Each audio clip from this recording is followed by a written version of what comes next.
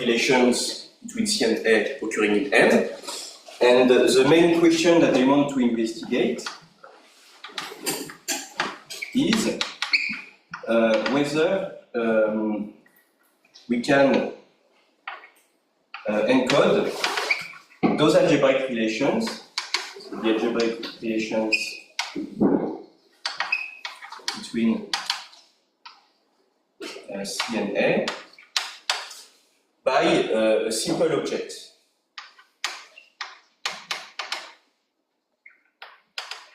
Preferably a finite object, if it's possible. So such an object, I would call it a code of those relations. So it's a very informal question. So let me give you an example of what I would consider a very satisfying answer to that question. So if M is a k-vector space, and A is a vector subspace, then of course the algebraic relations are given by k-linear equations. So the type, I simplify the definition of the type. I define it as a set of k-linear equations with parameters in A satisfied by C.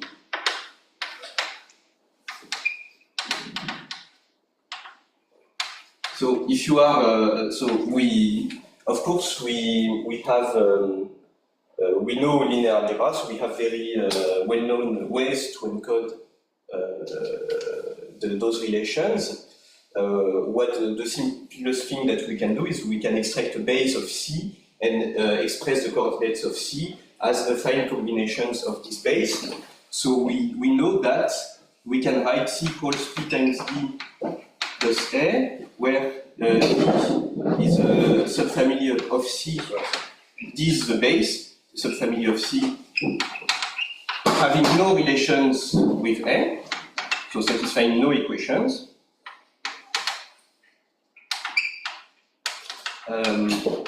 And then P is a matrix with coefficients in K, and A is a tuple of A. And here, the code of the type will be given by P and A. The code is P and A, because if I give you P and A, you will have enough data to recover the whole type. And actually here, the way we recover the type from the code is very explicit, because the k-linear equations in the type are exactly the k-linear combinations of the lines of the system given by x equals p times y plus a, where x is the tuple of variable corresponding to C, and y is a subtuple of x with same index as D in C. So here we have very satisfying answer to the main question, and basically what I want to do today is try and do the same thing in ordered Abelian.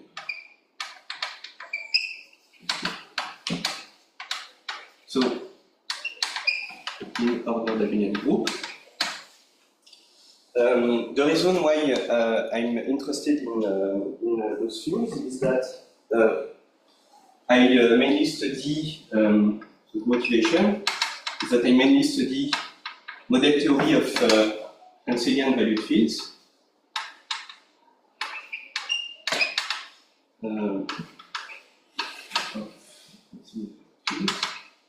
And in this area of research, we have what we called Akash-Hossain transfer principles. Yeah, Akash-Hossain transfer principle between model theory of the valued field at hand and that of its value group and residue field. The valued field and its value group residue field. So I'm not going to go into details about the notion that I'm particularly interested in, but I study what we call forking. It's not really important today. So following the spirit of Akash and Kirchhoff, it makes sense in order to understand forking in valued fields, which is a very open question even today, to try to understand it in fields which correspond to the residue field and ordered Abelian groups which correspond to the value group. And while there are substantial amounts of results in previous literature about forking in fields, it's completely open in ordered Abelian groups. And what I did, basically today I will talk about some tools that I developed in order to control the algebraic parts of types in ordered Abelian groups and encode them such that it gives me so much control on the types in ordered Abelian groups that I managed to compute forking in a rather large class of ordered Abelian groups.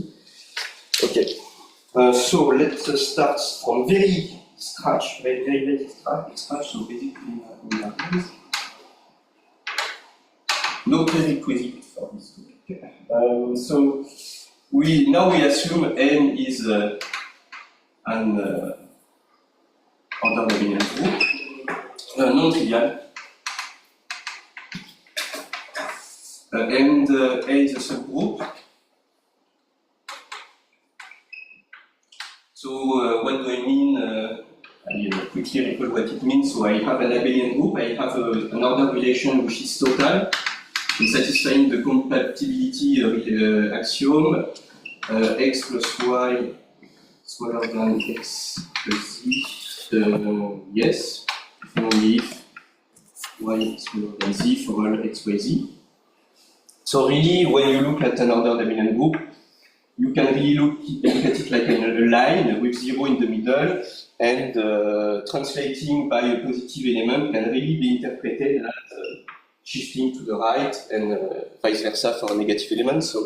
So many natural intuitions that we have on the real line carry through in the general case. The one intuition that fails in general ordered Abelian groups is that you may have elements which are infinitesimal compared to one another. This is the kind of thing that can happen.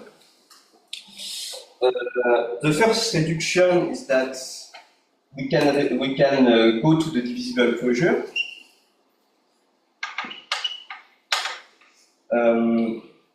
The order naturally extends to the divisible closure of M.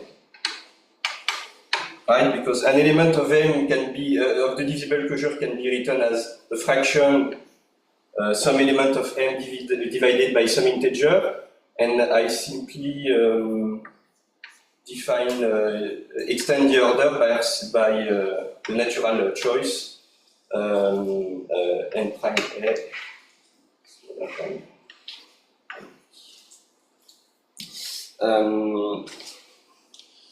And moreover, actually, so we may assume M is divisible because certainly the algebraic relations between C and A occurring in M will carry the same information as those occurring in the divisible closure. But ordered Abelian groups are torsion-free.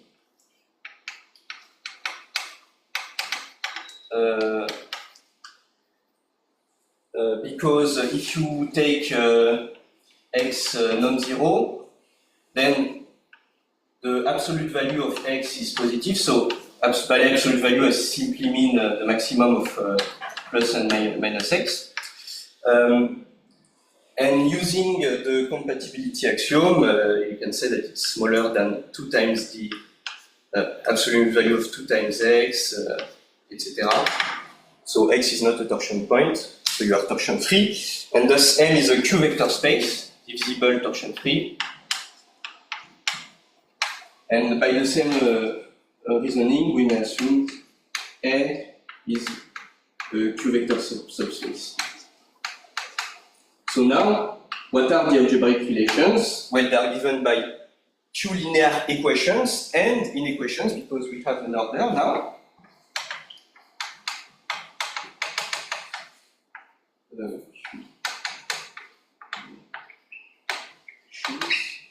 inequations satisfied by C, with parameters in A, satisfied by C. So the logical notation TP, or TP C over type of C over A. Well, C is it's a simplification of C is the tupper of elements.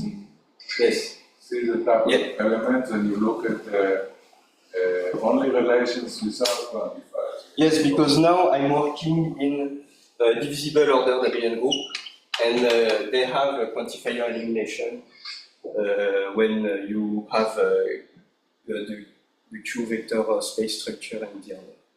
So, but the general definition is that it is the yes, I'm giving a simplified definition for today. We are doing algebra today.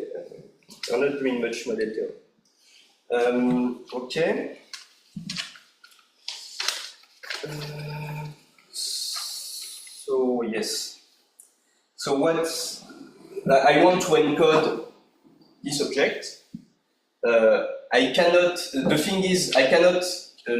Contrary to two vector spaces, I cannot encode it into a finite object because already in dimension 1, types are given by cuts, and you cannot possibly encode cuts into finite objects. So actually, I will encode the type modulo cuts, meaning that my code will consist in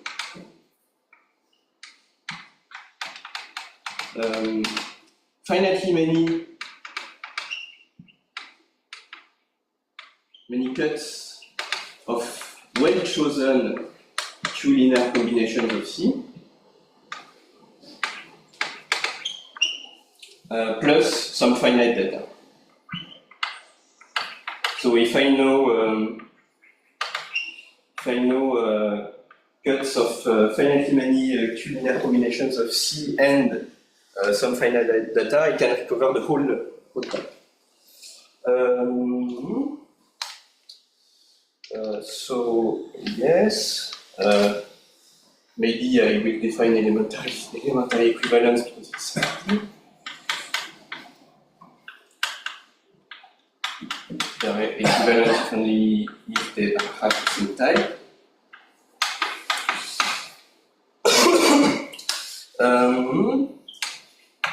I have to define an interval because I want to avoid weird exceptions. So an interval, an A-definable interval, is either a singleton of A or something defined like this. On the left you have open or closed, on the right you have open or closed. You have two bounds, and the bounds are in A union plus minus infinity, with this bound strictly smaller than the latest bound, so you don't have inconsistent intervals. And for those of you who are not model theorists, which is not many. So you're doing closed interval, okay. Yes, I already predicted. So we make the saturation assumption. So for those of you who are not model theorists, basically think about how in algebraic geometry, in old school algebraic geometry, you often embed your field into a field of infinitely high transcendence degree, so that you can identify your affine varieties with their actual sets of points. Here we do the same kind of things. We may assume for every C a chain of m definable intervals which is small enough, maybe smaller than cardinal of A plus countable, C has a point.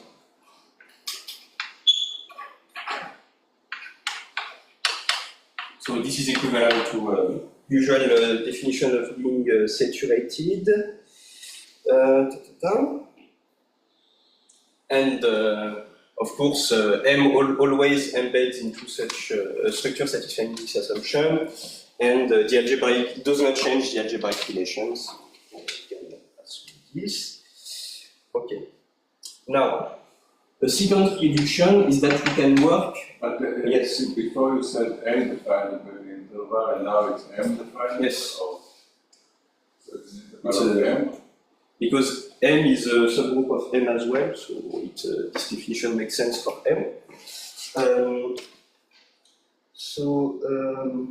Yes, we will work up to interdefinability. So D, if I take the tuple, is A interdefinable with C whenever basically they generate the same they have the same Q span, meaning that A plus the Q span of C equals the same thing for D. And really, the main question that we investigate is up to interdefinability, because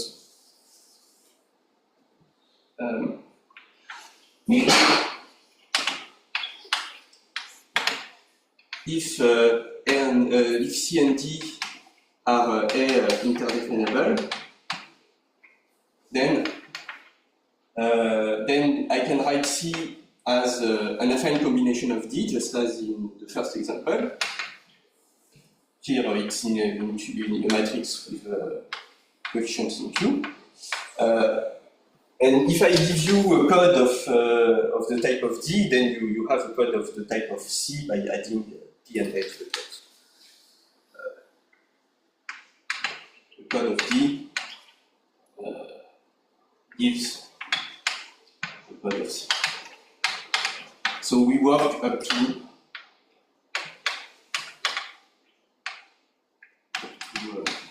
A interdefinability. Because what we will do is we will encode, we will find an A interdefinable tuple, which is much easier to describe than C. Another notion that is important for us is the notion of orthogonality. So, if I take the tuples of possibly different length, then the family given by the CIs is orthogonal over A, so it's a family of tuples, if and only if the type of each CI, the types of each CI imply that of C, meaning that for all PI elementarily equivalent to CI,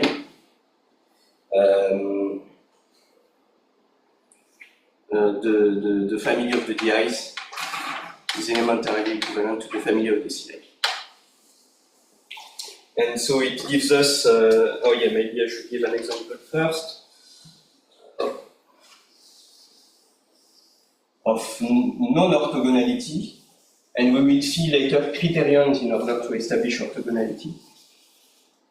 Example, So the code, I didn't try to put it on this at the beginning, so does the code give you the type completely or something else?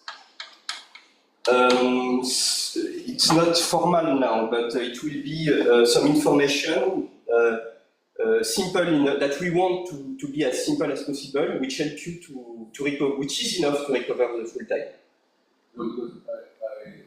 You somehow, let us say, suppose you are working with order Abelian group, and so suppose like you have two elements whose ratio is square root of 2, then suppose the base thing is empty here, well.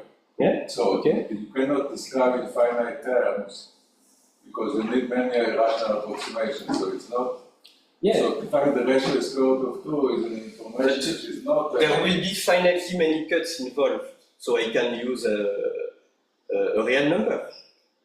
Because a real number is a cut. No, but I suppose I have C over A, C is a tuple, but A suppose there is no information. Okay, plus real numbers, plus finitely real numbers. What? Plus finitely many real numbers. Ah, okay. Okay. Okay. Now an objection is. Okay, so first an example for A equals Q. You can look at, and you take an infinitesimal epsilon, so epsilon in the intersection of 0, 1.9, which exists by saturation assumption. So you can look at square root of 2 and square root of 2 plus 1 plus epsilon, for instance. Square root of 2 is elementarily equivalent to square root of 2, and square root of 2 plus 1 plus epsilon is equivalent to square root of 2 plus 1 minus epsilon. But when I take those two, they are not equivalent to those two because so if I want to show that they do not have the same type, I just have to find an equation on which they do not agree. And the equation will be, for instance, y minus x, is it smaller or greater than 1? What is They do not agree on this equation. And orthogonality gives us a third reduction, because if I have an orthogonal family and I have a code for the type of each element of the family, then I have a code for the full type. So reduction 3.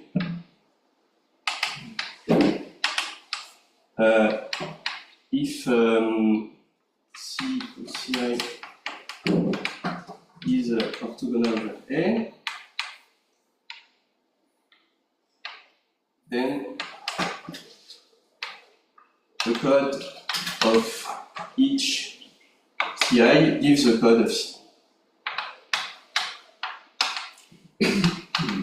So basically, the method that we will use is that we will partition the family into blocks which are orthogonal to each other several times actually, so that we reduce our problem of finding codes to smaller and smaller blocks until we arrive at atomic blocks which are really easy to encode.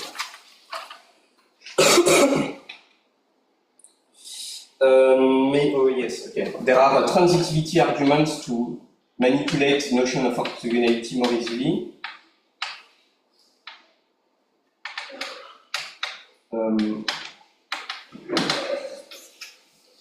First of all, Ci is orthogonal over A if and only if for each I, the family given by Ci and the ones before it, so it's a family of two tuples, is orthogonal. This is true in any theory. So you reduce the case of orthogonality for arbitrary number of family, a family with arbitrarily many tuples to two tuples. And in DOAG, we can go further because yes. So if I have a C1 and C2, then C1, C2 is orthogonal over A, if and only if. For all linear if and only if their respective Q linear combinations are all pairwise orthogonal over A, meaning that for all lambda, the coefficients and U coefficients of the other,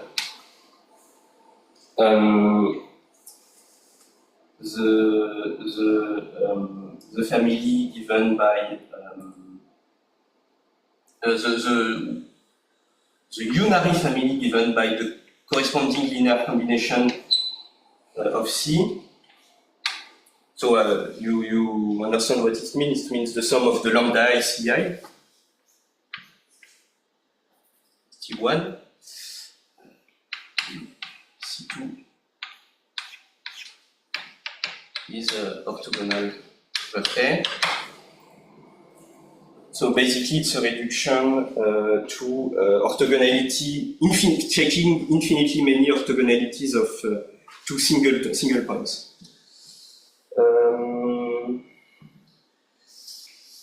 I should have defined cuts earlier. I will define it now.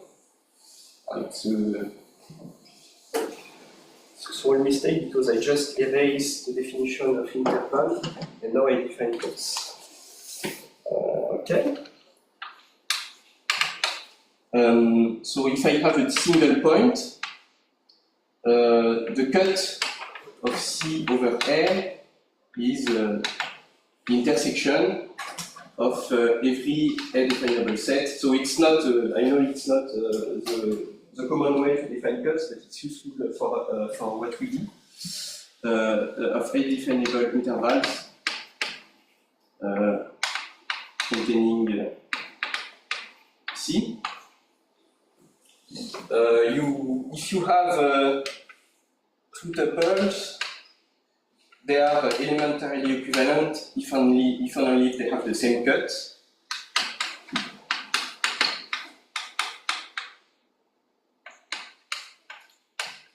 So cuts encode one types, and an arbitrary type, you will have the same. You can generalize it to arbitrary types by saying that for all linear combination, the cut of the you have to take the same coefficients for both.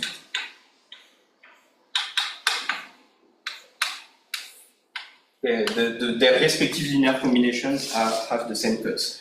So this gives you a way to encode types with infinitely many cuts, one per linear combination.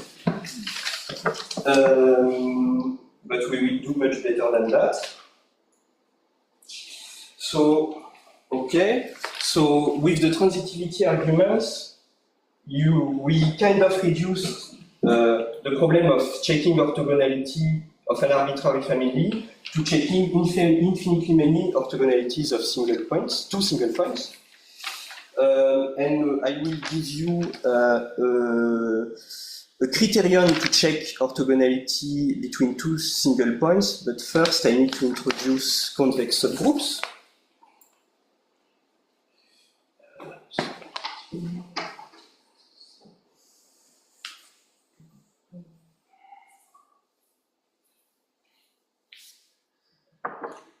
So, if you take G, the convex subgroup of M, so convex just means here that if I have two elements of G and an element in between, then it's also in G.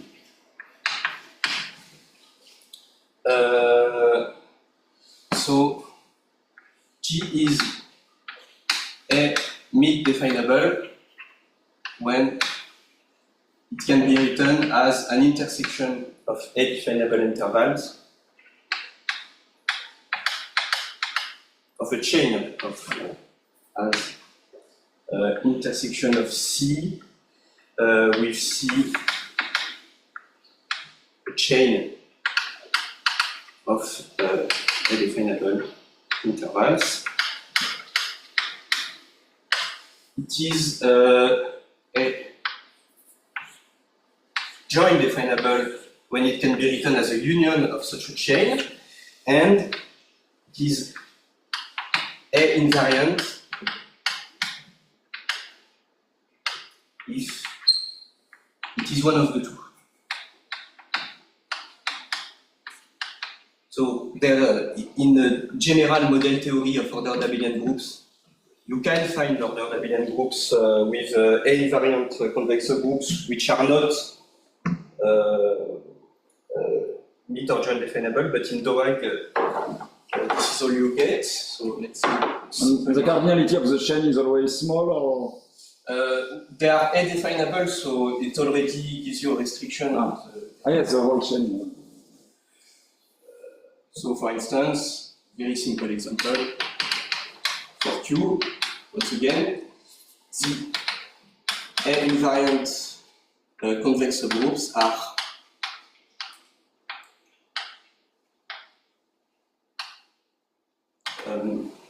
you have trivial one, both meet and join definable. You have the infinitesimal, which by saturation assumption, you need the saturation assumption for this kind of things. It's distinct from the trivial one. It is joint def, but not. It's in mid def, but not joint def. Basically, it's the intersection of minus 1 over n over you have convex closure of A.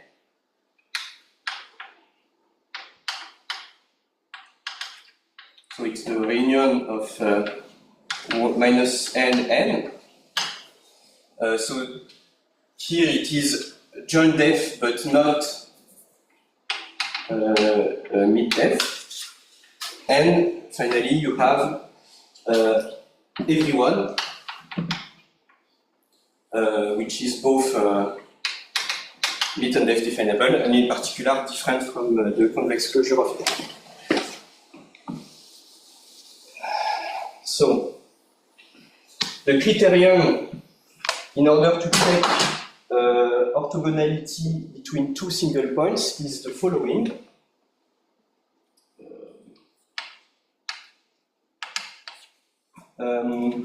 So it's a sufficient condition, but not a necessary condition. So I have two single points,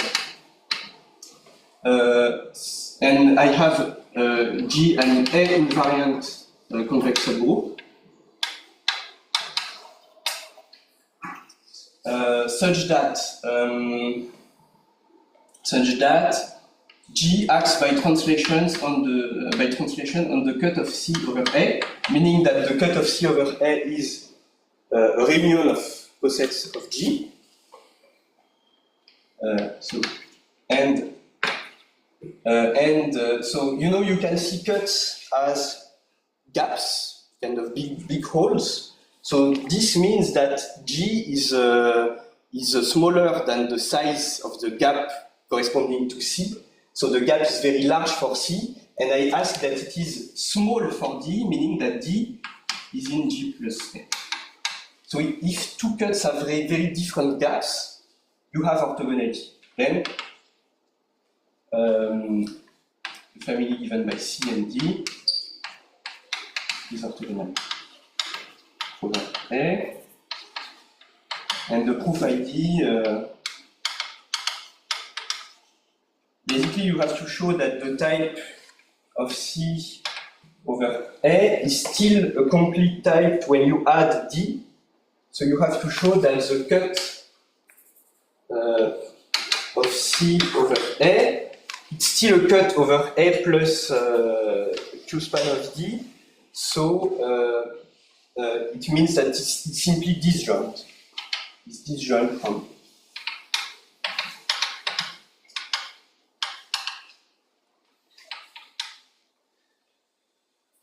A plus QT.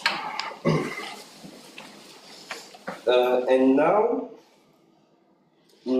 I give an example, very generic example of every, it's a very important example for the talk. It's an example of every kind of possible, well, much of the possible behaviors happen in this example. This will make the rest of the talk much clearer. So, main example.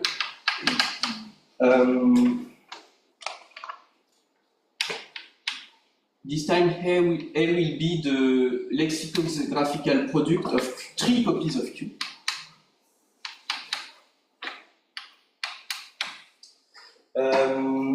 C1 will be in the convex subgroup corresponding to the largest one. So C1, I define it as square root of 2, 0, 0. D1 will be around here, in between the two. D1 is an element which belongs to the intersection of. So what do I take? I take 0 and 0. 1 over n, 0, 0. So basically it's between those 2 copies. C2, I do the same kind of things with C2 and D2 here. C2 equals 0 square root of 2, 0. D2 equals in intersection of 0, 0, n, 0, 1 over n, 0. And the convex subgroups that I will need are G1, G2, and H, 1 up to H1. So G1 basically will be here. H1 will be slightly smaller than G1, but also in the same place. And G2 will be here.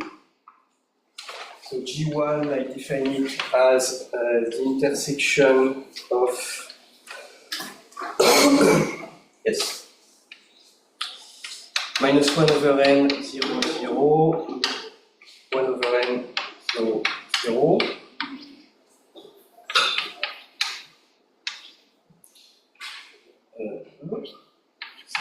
Minus 1 over n, 0, 0, 1 over n, 0, and H.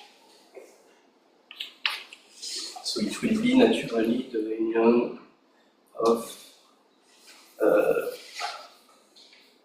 0 minus n, 0, 0, n, 0. Then I will claim it right away, but you can think about it for 2 minutes. But the cut of Ci over A is a coset of Gi, the way I define this. Gi and Di belongs to Gi. So by actually I should make it clearer. So Di is around here. Well, no, je garde ça. So by the criterion, Ci Di is orthogonal over A. And actually, the 2 points here are orthogonal to the 2 points here. So here you use you use GI as a weakness of the criterion. This and anything with index 2, so a singleton within index 2 is orthogonal to anything with index 1. So you understand what I mean? C1, D2, C1, C2, D1, D2, D1, D2, using H1.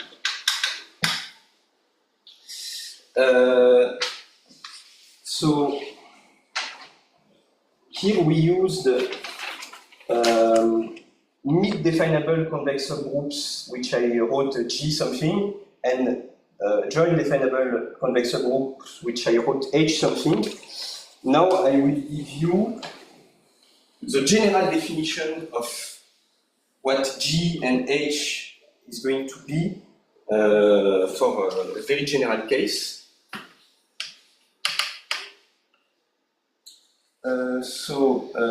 First of all, I define the stabilizer. So C is a single point here.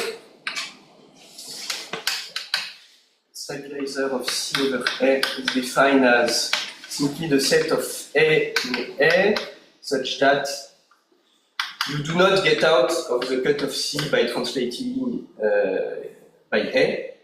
So in other words, it is the stabilizer of the cut of C over A under the action by A by translation over the cut of C over A.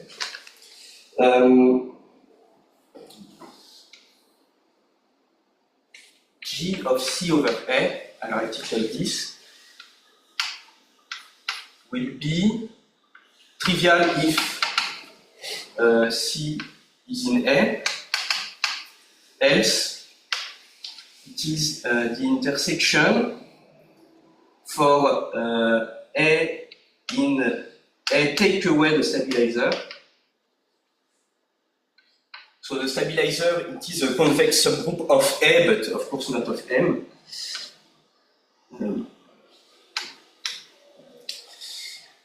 Of minus absolute value of A. So it's mid-definable, any definable convex subgroup. And H of C over A, either way I define it as the union for A in the stabilizer of minus.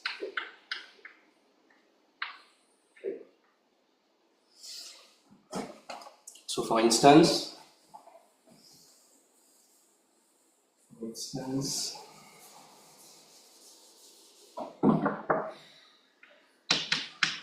in the example we have G of Ci over A equals Gi, equals G of Di,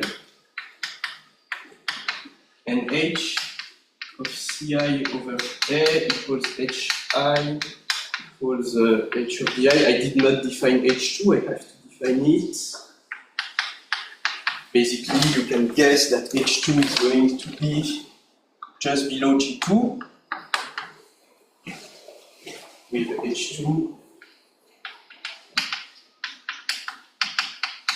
the reunion, so yes, okay, so the reunion of 0, 0 minus n,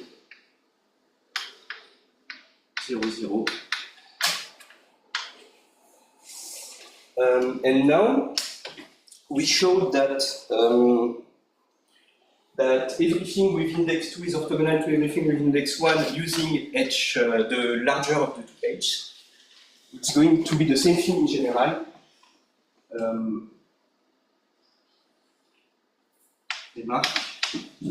If G of C over A is smaller than G of D over A, then the family given by C and D is orthogonal over S, with the same reasoning as the example, using the larger H, which will be that of D. So those two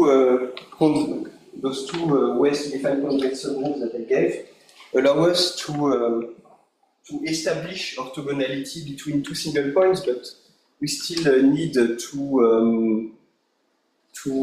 with the transitivity arguments for orthogonality, we still need to do it for the respective Q-linear combinations of tuples. So basically we need to be able to control, for C a tuple, we need to be able to control the G's and H's involved of every Q-linear combination of the tuple. And you know, maybe we can have G of C1 equals G of C2, but the sum has a very different G, so we need to keep it to be able to control it. And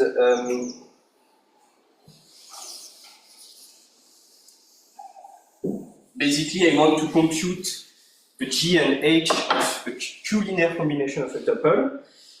And what the thing that makes it very a big surprise that we had is that actually there are valuations involved behind this. We have the proposition, the map which associates X to X of A, factors through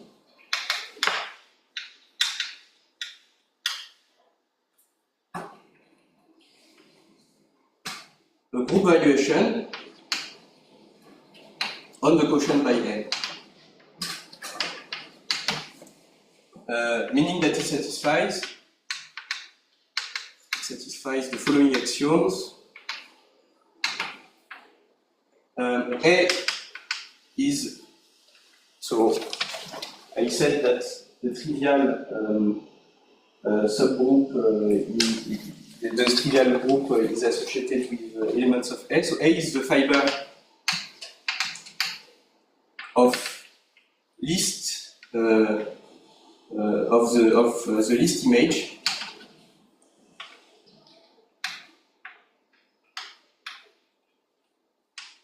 And so I give a name to this map. I call it val1.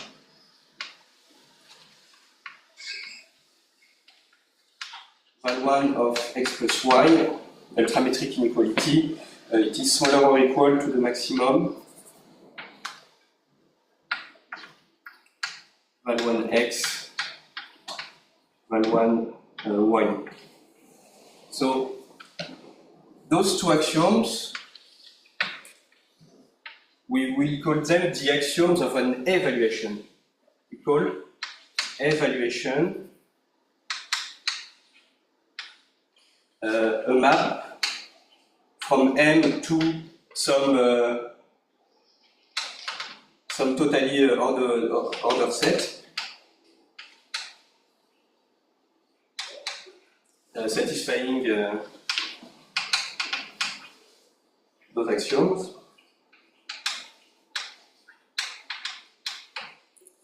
And now, how do you, if you have a group evaluation, how do you control the value of a linear combination from the values of the coordinate? You can do it when you deal with a separated family. So let val be an evaluation. Then val is and C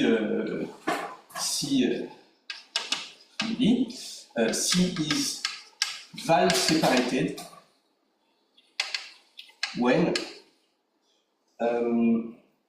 first of all no element of C is in S, so everything has non-trivial value. And then, if you look at a Q-linear combination, it's going to be equal to the maximum of the terms. So does it follow from your definition that the multiple of x is the same valuation as x? Yes. Why? You have to check that if you multiply c by lambda, it's not going to change the stability. No, the definition of evaluation with values in the totally orders is such that you just say x plus y, so the valuation of 2x is less than equal to the valuation of x in your definition, Yes. but you cannot, I don't care how you get the other way. I'm claiming that if you multiply by a rational number, it does not change the value. It's a Q valued vector space for the trivial valuation on Q. Okay? So here you have total control over the values of Q-linear combinations of if you have a separated family. But we, of course, for the classical group valuations that we know in the literature, contrary to free families in vector spaces, not every vector space is generated by a separated basis. And the usual counterexamples that we know usually involve some form of Kaplansky theory, which makes them very hard to manipulate. However, for this particular valuation, we have the normalization theorem.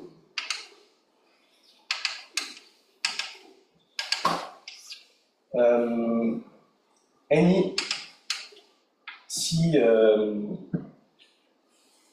any family C is A interdefinable with some val1 separated family. And it's very good for us because as we work up to interdefinability, we may now assume, by reduction 2 that C is val1 separated. So it's this theorem. It's going to be a black box because the proof is not particularly. I don't think it's very essential to the talk, but it works.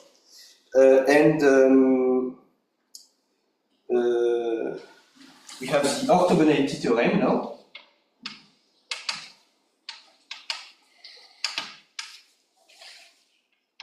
If I have a CI in total, and C given by the CIs is val1 separated, then the CIs is orthogonal over P.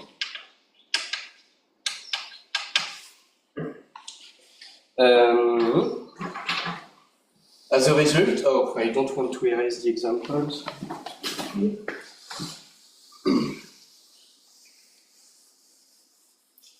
As a result, by the reduction tree,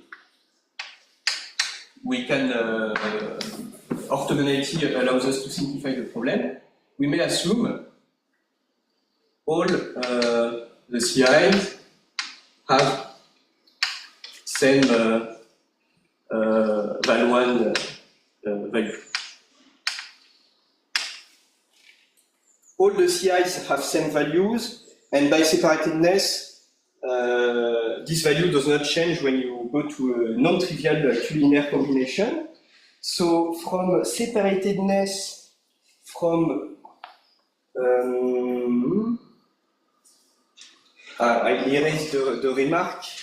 Yes, from the remark that I just erased, which generalizes why this orthogonality is true, and from the transitivity arguments for orthogonality, we have that basically these are the ingredients for the orthogonality theorem. The generalization of why this orthogonality occurs, plus transitivity argument for orthogonality, plus separatedness. So this is already a big reduction that we made, but it's still not enough, so we have to refine the valuation. And before refining the valuation, I maybe classify the cuts you will see to be useful. So definition. Basically, the way we define our valuation allows us to separate those two classes of points, but now I will give a definition which refines val 1 and which allows us to separate the C's with the D's. So, if I take a single point, so it's a proposition definition. If I take a single point, then exactly one of the following conditions occurs.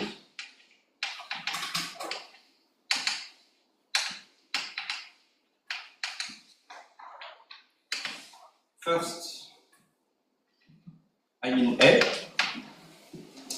Second, maybe I should give a name to the G and H. So G, if I need a G of A, H. Yeah.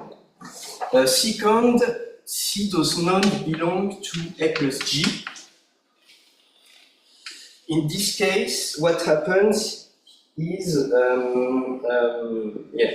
in this case,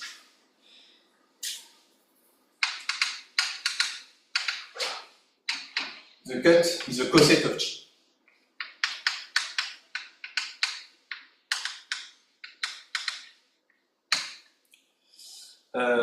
And last case,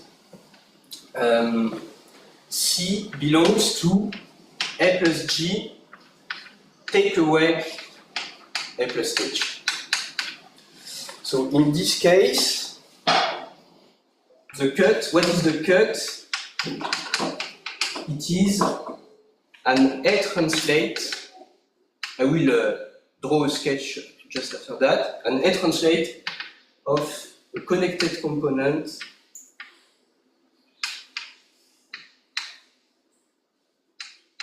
of G take away H.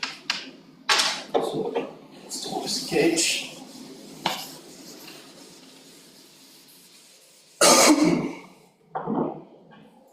So you have some element of A. You have the coset in H, and you have the coset in G.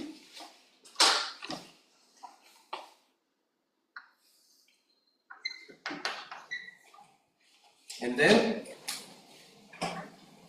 G take away H is given by those two connected components. So the cut of C over A will be one of those two convexes.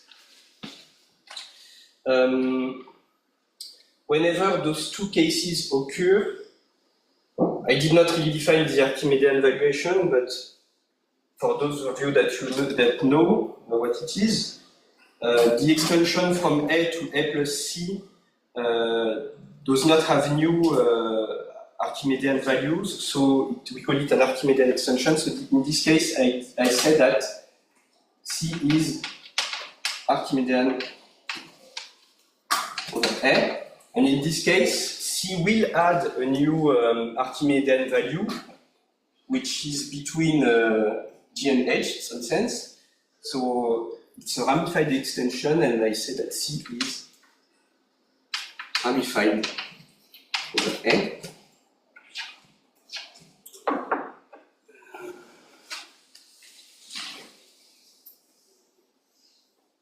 So, for instance, now it allows us to differentiate the CIs and the DIs because, yes, I should write it here. CI in the example is Archimedean over A, while DI is ramified. And we showed that CI and DI are weakly are orthogonal using GI, and it's the same thing in general. If it's a second remark, if they have the same value 1,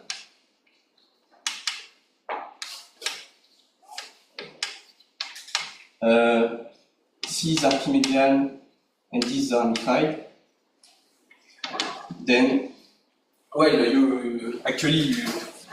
it's written here, right? My cut is a coset of G, so G acts on the cut, and I belong to A plus G, so you can use the criterion right away.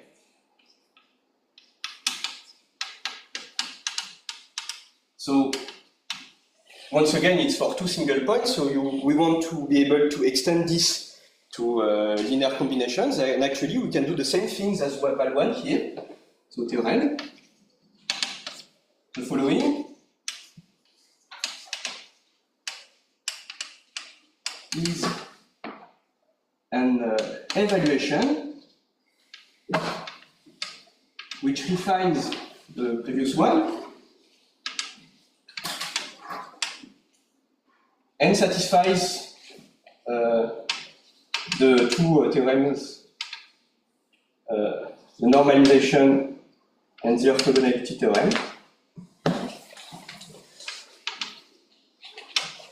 So I call it val 2. Val 2x, I define it like this, val 2x smaller than val 2y. So I have to refine val 1, so already if they have different val 1 values, they should have different val 2 values. Or they have same val 1, but so what I do now is I put the Archimedean points above the ramified way. So and x is ramified and y is Archimedean. So now I can erase the.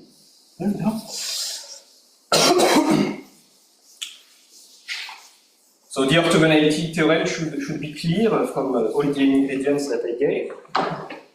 Normalization is a black box once again. So now we may assume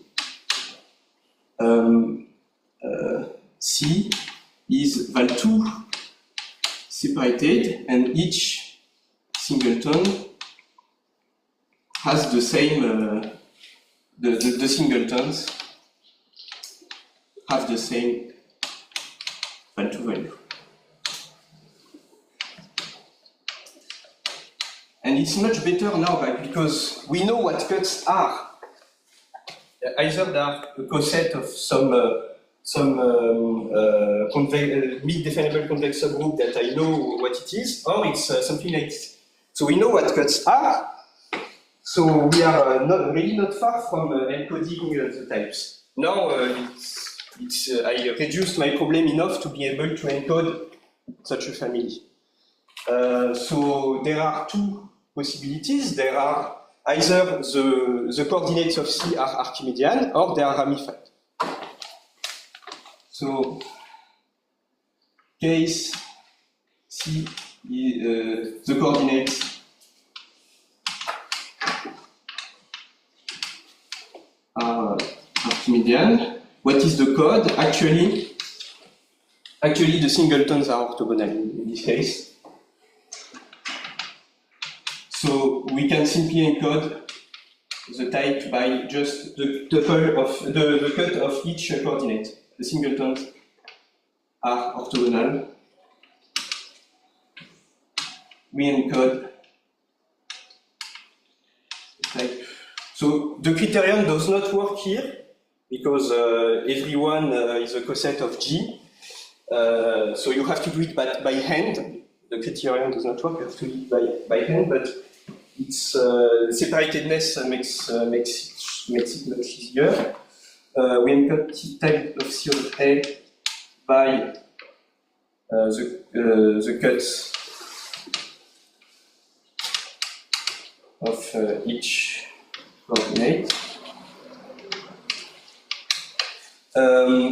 Now the case, the ramified case is a little more complicated. So basically what happens is that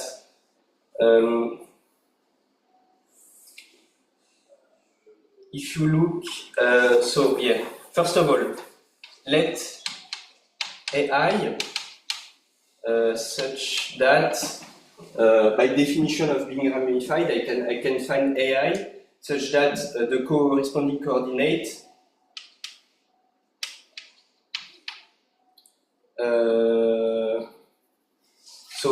so that AI is basically here, so enoughly close to CI, so it has to belong to G.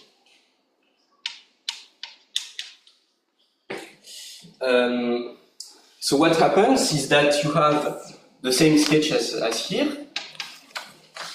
You have AI and you have the two connected components, and if we get the cut of CI, if we add the cut of CI to our code, we know which of the two it is. So let's see, it's this one.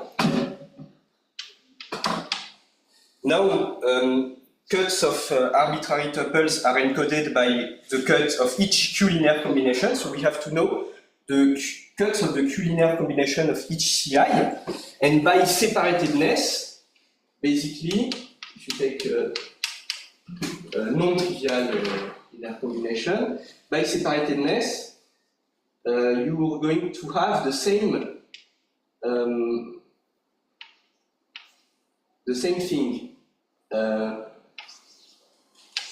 If you take the linear combination of the AIs, the cut of the linear combination of the CIs is going to be one of those two, using the same G and H.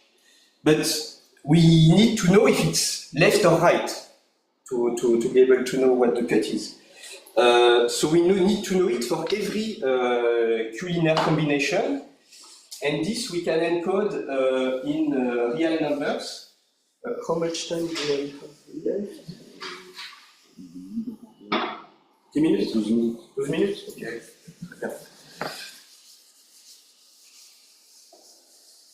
Très bien, très bien. Alors, proposition. There exists. So here we need real numbers. There exists an embedding of ordered groups.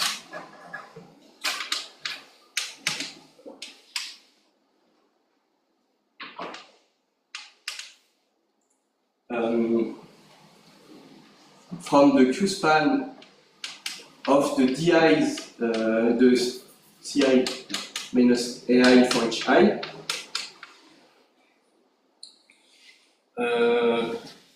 Give it a name, sigma, to some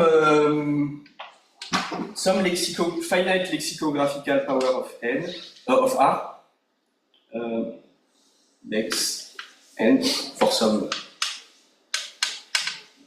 n. Actually, n is smaller or equal to the size of C. And now, basically what I told you is that for each Q-linear combination, we need to know if it's left or right. If you take it to this embedding, it reduces to the corresponding Q-linear combination here being positive or negative. We have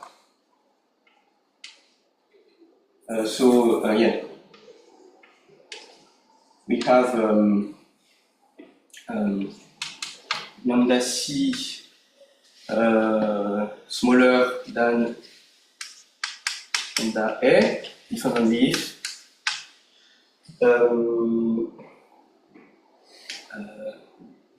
sigma of so linear combination of sigma of everything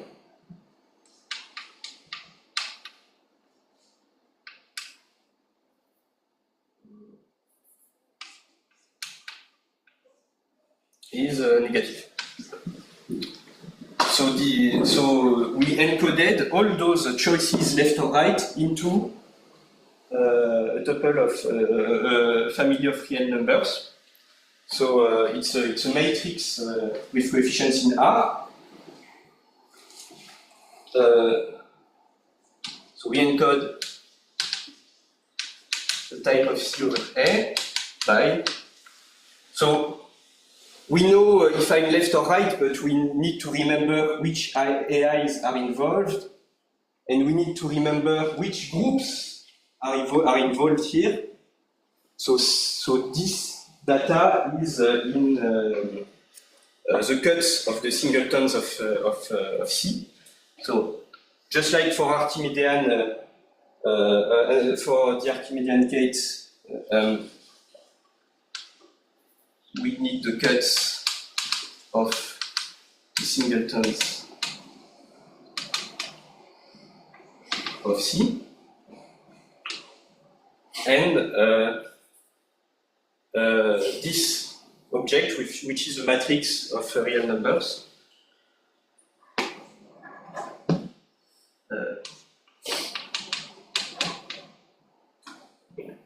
again, which is a matrix of real numbers. And actually, I did not do it here, but we can use, we can refine the valuation. I'm not going to do it in detail, but we can refine the valuation a second time.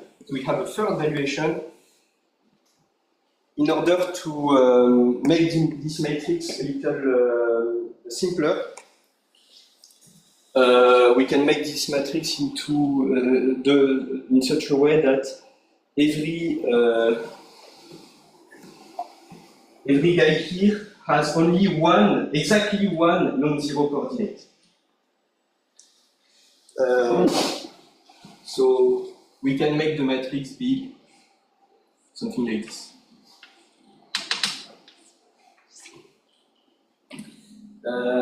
Okay, so this answers the main question. So maybe I wrap it up, I sum it up. So,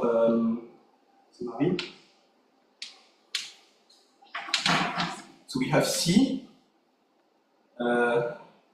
We have C equals P times D plus A with D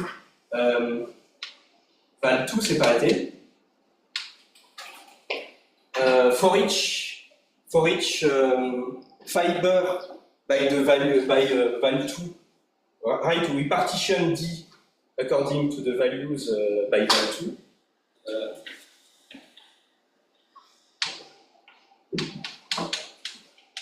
The fibers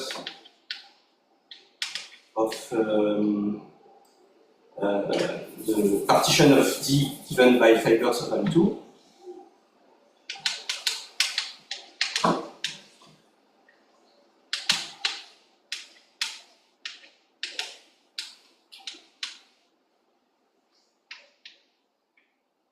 And the code of C will consist in P, A,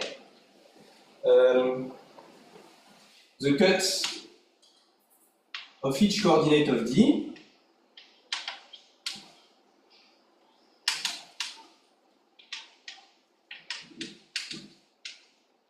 and for each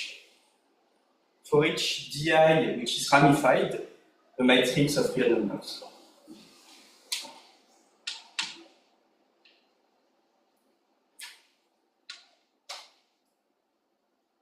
For each I such that DI is ramified, the sigma of something, which is a matrix of real numbers. So of course, this encoding is not unique. It depends on the choice of the normalization and the choice of the embedding for each ramified block. So it's not a 1-1 encoding, it's a 1-many encoding, just like in vector spaces actually. It depends on the choice of the base. And that concludes my talk. Thank you.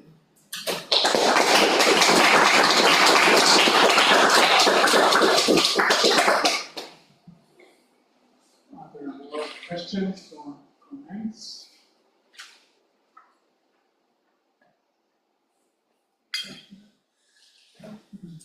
Do you have examples of questions, open questions regarding forking of value fields? Of open questions? Well, just what is forking? Like, how can you give an algebraic characterization of forking? And by algebraic, I mean something which involves the geometric notions that we have on valued fields. So what do we have? We have the balls coming from the valuation. We have intervals and inequations in the value group. And we have algebraic geometry in the residue field and the valued field. Can you describe forking just using those geometric intuitions? This is like the main question. I mean, it's a very ambitious question, so I don't expect to find a complete answer to this, but yeah. And you hope for a positive answer? Or? For the very general case, the problem, like for valued fields, the problem is how do you deal with immediate extension? Yes. For now, I don't really have an answer for that. But for everything that excludes the immediate extensions, for particular valued fields like ultra products of p-adix or algebraically closed, I already have some answers. So if you work on a defectless and incident value field, it should be. Yes. Forking is something like this. If the extensions here are good enough, defectless, etc.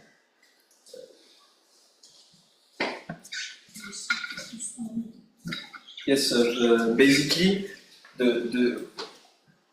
the use that I made of all those things is if you have, for those who don't know, if you have so you take an extension of A,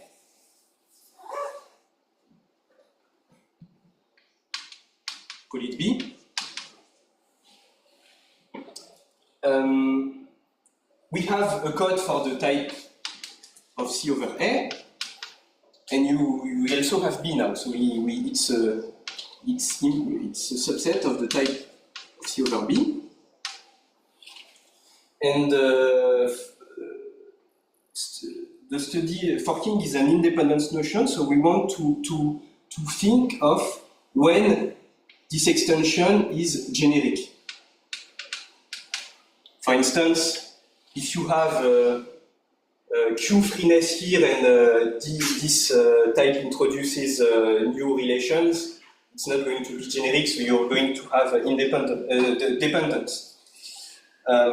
So we have a very abstract way to define it in a model theory, and my work in DOAG consisted in reconnecting this abstract definition of forking to independence involving geometric notions on ordered Abelian groups. Actually, I can tell you.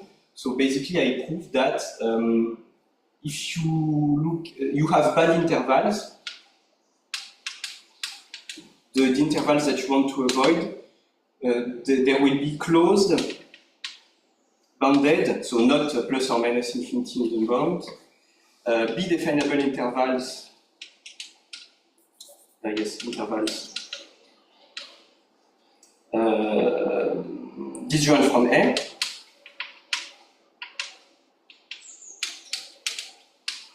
and basically I proved that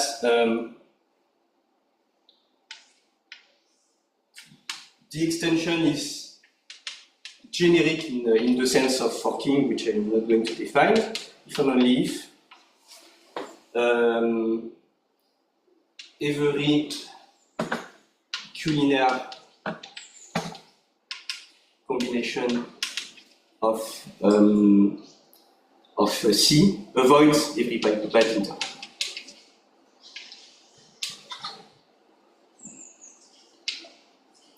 And in order to, so it's a very simple statement.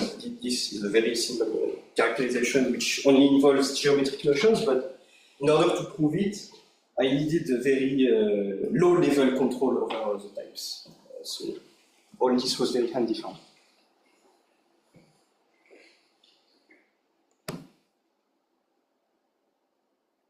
More questions or comments?